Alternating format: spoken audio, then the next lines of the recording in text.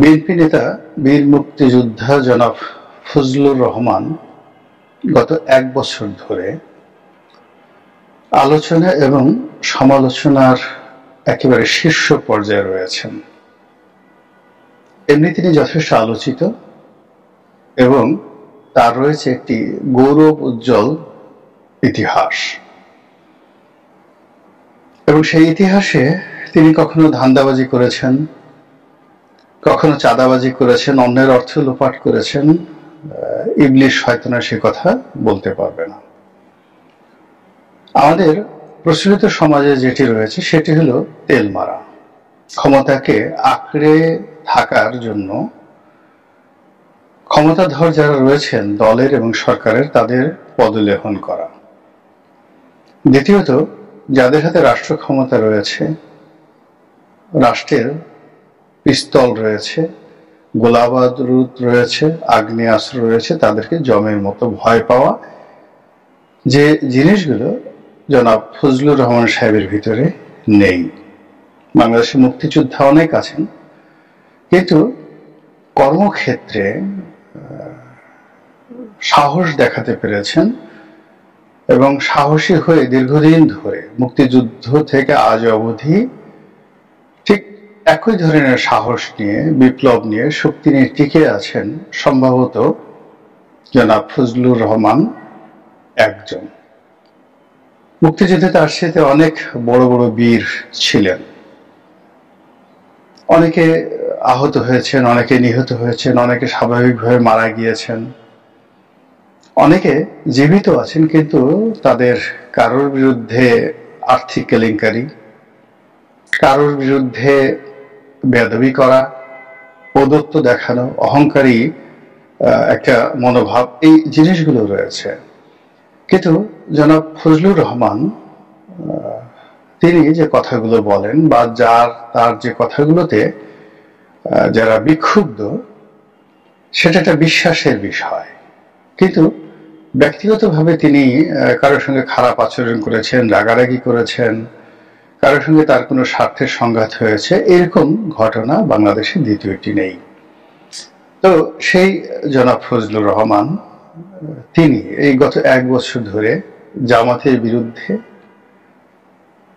রাজাকারদের বিরুদ্ধে, আলবদরদের বিরুদ্ধে, শিবিরদের বিরুদ্ধে যে অপ্রিয় কথাগুলো বলছেন, কখনো কখনো সেটা নিষ্ঠুর কথা হয়ে যায়, আবার কখনো কখনো দেখা যাচ্ছে যে রাগের অতিশয্যে তিনি ধৈর্য হারিয়ে ফেলেন, এবং সেক্ষেত্রে হয়তো তার শব্দচয়ন, তার বডি ল্যাঙ্গুয়েজ এবং তার কণ্ঠের যে রিদম, এটি নিয়ে অনেকেরই আপত্তি থাকতে পারে বা আছে, এবং স্বয়ং ফজলুর রহমান সাহেবও হয়তো খবর রাখেন বা বেখেয়াল নন। কিন্তু সমস্যা হলো যে প্রতিটি মানুষের একটা চিন্তার আদর্শ থাকে, একান্ত আপন এবং একান্ত কর্তব্যগুলো বিষয় থাকে। যে মানুষগুলো মুক্তিযুদ্ধ করেছে, এখন যেভাবে যারা বিপ্লবী আছেন, তাদের কাছে বিপ্লবটা যেভাবে তাদের পিতা মাতার মতো পবিত্র, আপন, এবং এই বিপ্লব নিয়ে যেভাবে কেউ কথা বলে, কটাক্ষ করলে তাদের মাথায় রক্ত উঠে যায়, তেমনি যারা মুক্তিযুদ্ধ করেছেন, মুক্তিযুদ্ধ দেখেছেন, মুক্তিযুদ্ধে আপনজন হারিয়েছেন, তাদের সামনে মুক্তিযুদ্ধ নিয়ে যদি কোনো নেতিবাচক কথা বলা হয়, তারা আর মাথা ঠিক রাখতে পারেন না। দ্বিতীয়ত হলো, মানুষের ৬০ বছরের পর কিছু শারীরিক জটিলতা দেখা দেয়। শরীরের সঙ্গে সঙ্গে মনের ভারসাম্যতা, মনের স্ট্রেংথ এবং ব্রেইনের যে সার্কুলেশন হয়, নিউরনের যে সার্কুলেশন, এখানে কিছুটা হলেও ঘাটতি দেখা দেয়। তো সেই দিক থেকে একজন মানুষ ৫০, ৫৫, ৬০ বছর বয়সে যেভাবে তার সকল কিছু শব্দচয়ন, কথা, বডি ল্যাঙ্গুয়েজ, তারপর কণ্ঠস্বর যেভাবে নিয়ন্ত্রণ করতে পারেন, এটা আসলে ৭০-এর পরের ভাবে থাকে না। এখন দেখুন, আপনি মাহমুদুর রহমান মান্না, ফজলুর রহমান, কিংবা একটা সময় ছিলেন নূরে আলম সিদ্দিকী সাহেব, তোফায়েল সাহেব, আমাদের ঢাকার মেয়র মোহাম্মদ হানিফ সাহেব, এরা আসলে রাজনীতির ছন্দের জাদুকর বলা হয় এই মানুষগুলো। আরো অনেকে ছিলেন, বাট এই কয়জনের নাম আমি বলতে পারি রাজনীতির ছন্দের জাদুকর। তারা যখন মাইক হাতে ধরতেন তাদের যৌবনে, সেটা 25 বছর থেকে একেবারে ধরুন 65 বছর পর্যন্ত, মন্ত্রমুগ্ধের মতো 2 ঘন্টা 3 ঘন্টা 4 ঘন্টা তাদের বক্তব্য মানুষ শুনত। এবং সেই বক্তব্য শোনার জন্য মানুষ বহুদূর 20 মাইল পথ পায়ে হেঁটে, খাল বিল ঝিল পাড়ি দিয়ে, যাদের নাম বললাম তাদের বক্তব্য শোনার জন্য আসত মানুষ। ছেলে বুড়ো নারী, তারপর আবাল বৃদ্ধ বনিতা, ধনী দরিদ্র সবাই, বিশ্ববিদ্যালয়ের শিক্ষক, পণ্ডিত, বিজ্ঞানী, এমন কোনো মানুষ নেই এ সকল রাজনীতির ছন্দের জাদুকরদের বক্তব্য যাদেরকে 60-এর দশকে, 70-এর দশকে, 80-র দশক, এমনকি 90-এর দশকে বাংলাদেশকে মুগ্ধ করেনি বা বাঙালিকে মুগ্ধ করেনি, আপনি এমন কোনো রাজনীতির শ্রোতা খুঁজে পাবেন না এই সময়টাতে। এবং ফজলুর রহমান এই জগতের একজন মহানায়ক। যেটি হয়, মানুষ অতিরিক্ত সৎ হলে ক্রোধ বেশি থাকে, মানুষের চাওয়া পাওয়া না থাকলে ইগোবোধ খুব বেশি থাকে। তো আর যখন একটা মানুষ বোঝেন, অনেক কিছু বোঝেন, তখন অনেকের সঙ্গে তার মতানৈক্য হয়। আমাদের সমাজে মাথা ঝুলানো পার্টি, জি পার্টি, এগুলোর সংখ্যা 99%। 1% ভিন্ন মত পোষণ করে। আবার যারা ভিন্ন মত পোষণ করে, এরকম যদি 100 জন লোক আনেন, তাহলে তাদের মধ্যে মাত্র একজন লোক প্রতিবাদ করার সক্ষমতা রাখে। তাহলে প্রতি 10,000 লোকের মধ্যে একজন লোক প্রতিবাদ করার সক্ষমতা রাখে। তাহলে কি হলো? জেনারেল হিসেবে জনাব ফজলুর রহমান 10,000 লোকের মধ্যে একজন, জেনারেল পাবলিক। আর সাহসী মানুষ যারা ভিন্ন মত পোষণ করে, তাদের 100 জনের মধ্যে একজন। আর সেই যে তার যে বিদ্রোহ 1965 থেকে 2025 অবধি, এই সুদীর্ঘ কালের যে তার বিদ্রোহ, এই বিদ্রোহ করে বাংলাদেশে তার মতো দ্বিতীয় কোনো ব্যক্তি টিকে নেই। এখনো তার কণ্ঠে লালিত্য রয়েছে, তার মস্তিষ্ক স্বাভাবিক আছে, এবং তিনি এখন যে কোনো সমাজ, যে কোনো রাষ্ট্রের জন্য টিল নাও সম্পদ। এই মানুষটি আওয়ামী লীগ ছেড়ে এসেছে। এখানে মূলত ভাটির অঞ্চলের রাজনীতিটা প্রবল ছিল। সাবেক প্রেসিডেন্ট আব্দুল হামিদের সঙ্গে তার দূরত্ব, স্থানীয় রাজনীতিতে হানাহানি, পরবর্তীতে জাতীয় রাজনীতিতে কিছু মানুষের কর্মকাণ্ডের কারণে শেখ হাসিনার সঙ্গে তার যে দূরত্ব, অভিমান করে তিনি বিএনপিতে চলে যান। এবং তার বিএনপিতে চলে যাওয়ার ফলে আওয়ামী লীগের যে সীমাহীন কি পরিমাণ ক্ষতি হয়েছে, এটা আওয়ামী লীগ এখন হাড়ে হাড়ে আঙুলে, মানে মুখে কামড় দিলে যেভাবে, মানে জিহ্বায় কামড় পড়লে মানুষ যেভাবে বুঝতে পারে, ঠিক ওইভাবে ফজলুর রহমান সাহেবের মতো মানুষ আওয়ামী লীগ থেকে চলে যাওয়ায় আওয়ামী লীগের কি ক্ষতি হয়েছে এখন আওয়ামী লীগের প্রত্যেকটা মানুষ হাড়ে হাড়ে টের পাচ্ছে। অন্যদিকে এই মানুষটি বিএনপির দুঃসময়ে যখন বিএনপির পক্ষে কথা বলেছে, আপনারা জানেন যে জনমত গঠনে, পার্মানেন্ট জনমত গঠনে সবচেয়ে গুরুত্বপূর্ণ ভূমিকা হলো কলম। বিএনপির পক্ষে কলম ধরা লোক আগে ছিল, কিন্তু গত 10-15 বছরে কলম ধরার মতো মানুষ নেই। যার কলম বা কলাম পড়ে যারা, মানে ধরেন 1 কোটি লোক বা 50 লাখ লোক জিয়াউর রহমানকে চিনেছেন, খালেদা জিয়াকে চিনেছেন, তারপরে তারেক রহমান সাহেবের প্রতি প্রেমমুগ্ধ হয়েছেন, এরকম কোনো লেখক, কলামিস্ট বাংলাদেশে একজনও গত 15 বছর বা 20 বছরে কেউ নেই। বিএনপি যারা আছে তারা বক্তা, এবং সেই বক্তার যে জায়গাটিতে যদি ধরেন জনমত সৃষ্টির ক্ষেত্রে, জনাব Fazlur Rahman is a James, মানে রত্ন। অনেকেই ভালো বক্তব্য দেন, একসময় খুব ভালো বক্তব্য দিতেন, মন্ত্রমুগ্ধের মতো মানুষ শুনতো তার বক্তব্য, যেমন একিউএম বদরুদ্দোজা চৌধুরী। তিনি তো নেই। বক্তব্য দিতেন, খুব চমৎকার ভাবে বক্তব্য দিতেন কে এম ওবায়দুর রহমান, না বক্তব্য নেই। মানুষের জন্য বক্তব্য দিতেন শাহ মোয়াজ্জেম হোসেন, নেই। কিন্তু তাদের যে বক্তব্য, তার থেকে ফজলুর রহমান সাহেবের যে বক্তব্য, আবহমান বাংলার বক্তব্য, যেটি বিএনপি রাজনীতিটিকে এমন একটা জায়গাতে পথে ঘাটে মাঠে নিয়ে গেছে, ওটা মূল্যায়ন করার মতো বিএনপিতে খুব অল্প লোক রয়েছে। ফলে জনাব ফজলুর রহমান যে জিনিসগুলো এখন বলছেন গত এক বছরে, ওটা ওজন করার, অনুধাবন করার মতো শক্তি বিএনপিতে খুব কম লোকের আছে। দু ধরনের শক্তি, একটা হলো মস্তিষ্কের শক্তি, বোঝার শক্তি, আর একটা হলো অনুধাবন করার শক্তি, আর একটা হলো তাকে আপহোল্ড করার, মাথায় তুলে রাখার এবং তাকে ধারণ করার, ওন করার শক্তি। এটি নেই।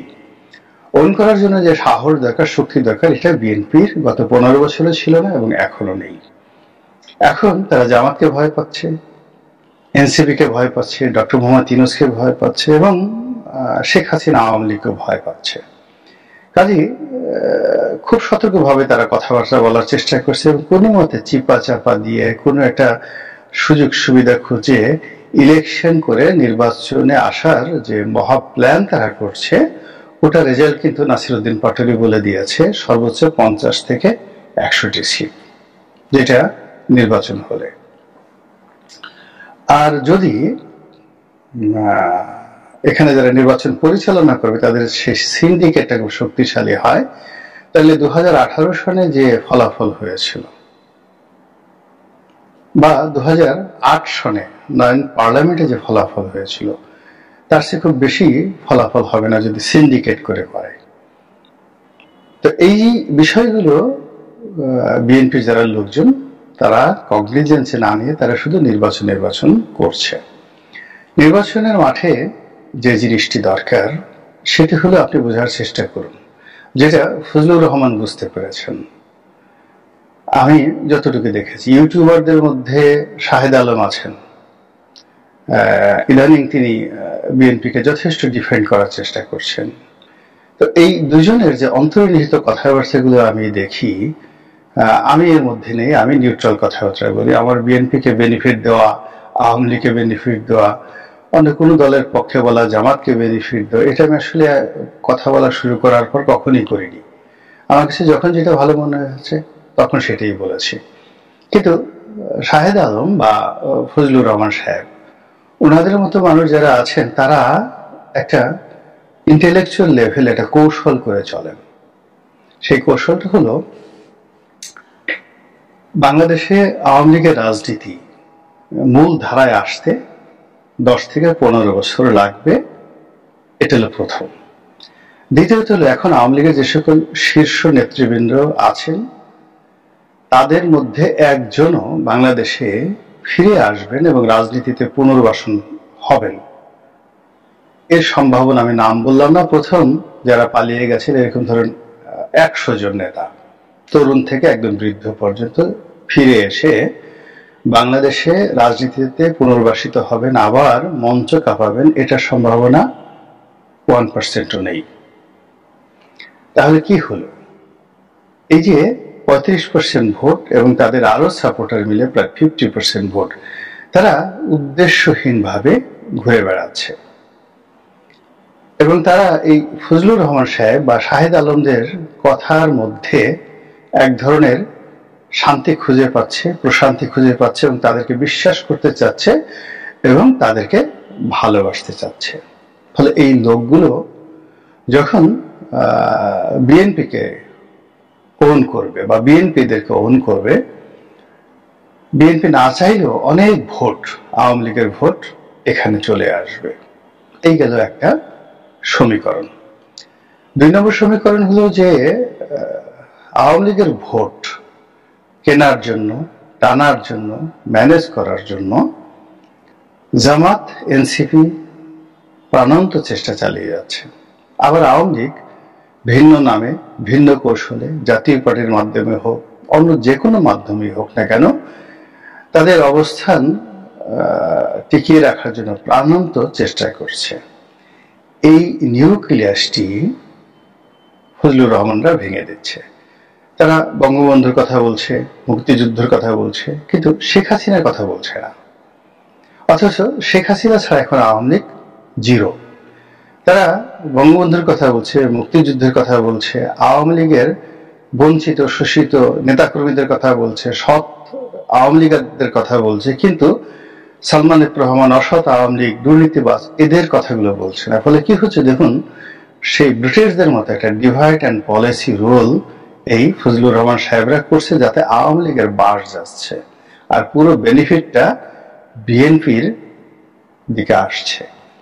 বিএনপি এই ন্যারেটিভটা, আমি যাদের সঙ্গে কথা বলেছি, এই ন্যারেটিভটা যারা বুঝেছেন তারা বলতে সাহস পাচ্ছেন না, আর অনেকে সেটা বোঝার মতো ক্ষমতা তাদের নেই। ঠিক একইভাবে কিন্তু রুমিন ফারহানার ক্ষেত্রে এই একই বক্তব্য প্রযোজ্য। আপনারা জানেন যে রুমিন ফারহানা কার মেয়ে? অলি আহাদ সাহেবের মেয়ে। বঙ্গবন্ধু তার সারাটা জীবন মানে এই অলি আহাদ সাহেবকে হিংসা করে আসছেন এবং অলি আহাদের জীবন তস নস করে দিয়েছেন পুরো ফ্যামিলিতে।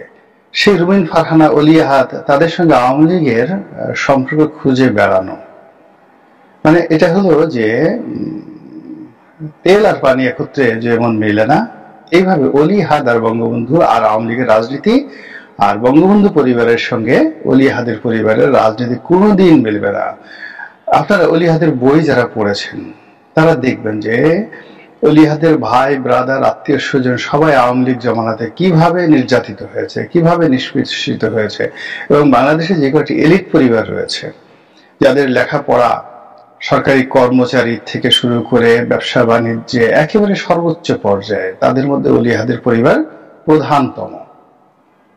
এরকম মানে জুয়েল পরিবার বাংলাদেশে খুব অল্প রয়েছে। এখন সেই রুমিন ফারহানাকে আপনি অন্য যে কোনো ট্যাগ দিতে পারেন, কিন্তু আওয়ামী লীগের ট্যাগ যারা দিচ্ছেন তারা মূলত না বুঝে দিচ্ছেন এবং বিএনপির একটা অ্যাসেটকে, মানে বিএনপির একটা মাউথ স্পেসকে শেষ করার জন্য তারা প্রাণান্ত চেষ্টা করছেন। এইভাবে অনেক, আপনি ধরুন সৈয়দ আশির বা আশরাফি পাপিয়া, কিংবা ধরেন নীলুফার চৌধুরী মনি, আমি জানি না তাদের এখন বিএনপি রাজনীতিতে কতটা যাকে বলা হয় প্রভাব প্রতিপত্তি রয়েছে, কিংবা হারুন, পাপিয়ার যে হাজব্যান্ড জনাব হারুন, মানে এদের পায়ের নখ থেকে চুল পর্যন্ত বিএনপি, মরে গেলে বিএনপি, এবং এরা জীবন জিন্দিগিতে মরে গেলে আওয়ামী লীগের নাম শুনলে এদের 14 গোষ্ঠীর সবাই রিরি করে ওঠে। কিন্তু এই যে তারা যে বিএনপির অভ্যন্তরীণ ক্রোধের শিকার, আঞ্চলিক রাজনীতির ক্রোধের শিকার, অথবা জামাতের ক্রোধের শিকার, এটা বিএনপির যদি হাইকমান্ড বুঝতে না পারে, একটা পাপিয়া, একটা মনি, এটা এত সহজে তৈরি হয় না। আপনি চিন্তা করুন যে 2009 থেকে এ পর্যন্ত বিএনপির কয়জন লোক পাপিয়ার মতো টেলিভিশনে বা মনের মতো টেলিভিশনে নিজেদেরকে জনপ্রিয় করতে পেরেছে, এবং এতদিন পর্যন্ত মানে একটা নায়ক 7-8 বছরের বেশি আসলে থাকে না, মিডিয়াতে 7-8 বছরের বেশি টেকা যায় না। তো তারা টিকে আছে, কিন্তু এই অ্যাসেট গুলোকে তারা ধারণ করতে পারছে না। Fazlur Rahman is a man 65 থেকে এখন পর্যন্ত সে কন্টিনিউয়াসলি পুরো দেশকে মাতিয়ে রাখছে তার বক্তব্য দ্বারা। এই যে সম্পদ, এই সম্পদ আপনি কি মনে করেন রত্ন পাথর আপনি ফেলে দিবেন আর সেটা কোনো মানুষ গ্রহণ করবে না, সেটা রাস্তায় পড়ে থাকবে, আর রত্ন পাথর মানে যাকে বলা হয় সে কয়লার মতো সে মাটির সঙ্গে মিশে যাবে? এটা হয় না, এটা কখনো হয় না। রত্ন পাথর সিন্ধুকে রাখতে হয়, মাথায় রাখতে হয়, মুকুটে রাখতে হয়, এটা জুতায় রাখা যায় না। এনিওয়ে, এখন ফজলুর রহমান সাহেবের বক্তব্যে যারা বিরক্ত তারা সবাই বিএনপির শত্রু, কেউ বিএনপির বন্ধু নয়। এদের সঙ্গে বিএনপির যুদ্ধ করতে হবে, ক্ষমতা যেতে হলে এদের সঙ্গে পরিপূর্ণভাবে যুদ্ধ করে ক্ষমতা যেতে হবে, এবং তাদেরকে পরাজিত করতে না পারলে বিএনপি ক্ষমতা তো দূরের কথা, ক্ষমতার ধারের কাছে যেতে পারবে না, এবং বিএনপি যারা এখন লম্ফজম্প করছে তাদের অনেককে পালাতে হবে, অনেককে পালাতে হবে। তো সেই যে জায়গাটি, সেই জায়গাটাতে সিপাহ সালার হিসাবে যে ন্যারেটিভগুলো তৈরি করছেন জনাব ফজলুর রহমান, এখন সেক্ষেত্রে শত্রুপক্ষের উস্কানিতে যদি বিএনপি ভয় পেয়ে যায়, শত্রুপক্ষের খুশির জন্য যদি বিএনপি তার নিজের লোকদেরকে কুরবানি দেয়, তাহলে তো আসলে ফজলুর রহমান সাহেবের কি করা উচিত বা কি পরিণত হওয়া উচিত এটা তিনি বা বিএনপি ভালো বুঝেন। তো আমার কাছে যেটা মনে হয়েছে যে হুটহাট করে এইভাবে মানে তাকে কারণ দর্শানোর নোটিশ, এটা আসলে যায় না। এর কারণ হলো, ধরুন সালাউদ্দিন সাহেবের বিরুদ্ধে অভিযোগ আসলো তিনি এসালামের গাড়ি ব্যবহার করেছেন, ভালো কথা, এটা একটা নৈতিক বিষয়। বিএনপির অনেক বড় নেতা আছেন যাদের বিরুদ্ধে আর্থিক কেলেঙ্কারি আছে, তাদেরকে শোকজ করছেন, কিন্তু এখানে কেন করবেন শোকজ? এটা তো দুটো বিষয় আছে, একটা হলো মত প্রকাশের স্বাধীনতা, আরেকটা হলো বাক স্বাধীনতা। তো মত প্রকাশের স্বাধীনতা আর বাক স্বাধীনতা এটা তো জনাব ফজলুর রহমান বিএনপির কাছে ইজারা দেননি, অথবা বিএনপির কাছে তিনি তো নিকা বসেননি যে ওই মত প্রকাশের স্বাধীনতার ওটা দিয়ে মানে তাকে বিএনপি করতে হবে। এটা কি ধরনের কথা? বিএনপি যদি আর কোনো বক্তব্য দ্বারা ক্ষতিগ্রস্ত হওয়ার সম্ভাবনা থাকে, আপত্তি থাকে বা কৌশলগতভাবে যাকে বলা হয় মনে হয়, তাহলে তো তার 99.99% কথা দ্বারা আপনি এত বছর যাবত উপকৃত হয়েছেন, আর কিছু কথা দ্বারা যদি আপনার কাছে মনে হয় যে আপনি ক্ষতিগ্রস্ত হচ্ছেন, you should discuss, he is a very senior man. তার সাথে আলাপ করা যেতে পারে, আলোচনা করতে যেতে পারে, তাকে যাকে বলা হয় অনুরোধ করা যেতে পারে, অথবা তাকে বলা যেতে পারে যদি আমি আর আপনাকে ধারণ করতে পারছি না, তাহলে তিনি তো নিজেই এখান থেকে পদত্যাগ করে চলে যেতে পারেন। তার কাছে তো আওয়ামী লীগের মন্ত্রী হওয়ার প্রস্তাব ছিল, আওয়ামী লীগের সেক্রেটারি হওয়ার প্রস্তাব ছিল, তার যৌবনে সেই সুযোগগুলো তিনি ছেড়ে দিয়ে যে দলে এসেছেন, এটা তো জিদের কারণে গেছেন। তিনি তো যে কবেরই দল পরিবর্তন করেছেন, আওয়ামী লীগ ছেড়ে তিনি কাদের সিদ্দিকের দলে গেছেন, কি স্বার্থের জন্য বলছেন? জিদের চলে গেছেন, জিদের জন্য গেছেন। আবার সেখান থেকে তিনি চলে এসছেন, ফজলুর রহমান সাহেব বিএনপিতে আসছেন। কেন আসছেন? বিএনপির কাছ থেকে তিনি কি পেয়েছেন বলেন তো? বিএনপি যারা লোকজন আছে বলেন তো যে তাকে 10 কাঠার একটা প্লট দেওয়া হয়েছে, তাকে একটা গাড়ি দেওয়া হয়েছে, বা কোনোদিন তাকে 10 লাখ টাকা দেওয়া হয়েছে? এই যে বিএনপিতে যোগদান করার পরে তিনি যে খালি বিএনপির পক্ষে বলেই যাচ্ছেন, বলেন কয় কাপ চা খাইয়েছেন তাকে? বরং তিনি নিজের পকেটের টাকা উপার্জন করে, বুড়া মানুষ, তিনি ওই কিশোরগঞ্জে তার যে নির্বাচন এলাকায় সেখানে বিএনপির জন্য কয় টাকা খরচ করেছেন, সুপ্রিম কোর্টে কয় টাকা খরচ করেছেন, মানে কেন্দ্রীয় অফিসে কয় টাকা খরচ করেছেন, এটা তো বিএনপির লোকজন জানে। ফলে এই বিষয়গুলো মানে এই যে একটা ক্রিটিক্যাল অ্যান্ড ক্রাইসিস টাইম, এখানে যখন আরো যোদ্ধা দরকার, আরো শক্তিশালী কণ্ঠ দরকার, ভয়েস দরকার, কলম দরকার, ব্রেন দরকার, বুদ্ধি দরকার, সেখানে বিএনপি শুধু গুতিয়ে গুতিয়ে গুতিয়ে গুতিয়ে বিএনপির যত মানে পরিচিত মুখগুলো আছে, জনপ্রিয় মুখগুলো আছে, তাদেরকে গুতিয়ে গুতিয়ে যেভাবে পারছে দূরে সরিয়ে দিয়ে তারপর একটা নির্বাচন দেবেন আর টুস করে ক্ষমতা এসে যাবেন। আমার কাছে মনে হচ্ছে দুনিয়াটা এত সহজ নয়। আল্লাহ আমাদের সবাইকে হেদায়েত দান করুন এবং হেফাজত করুন।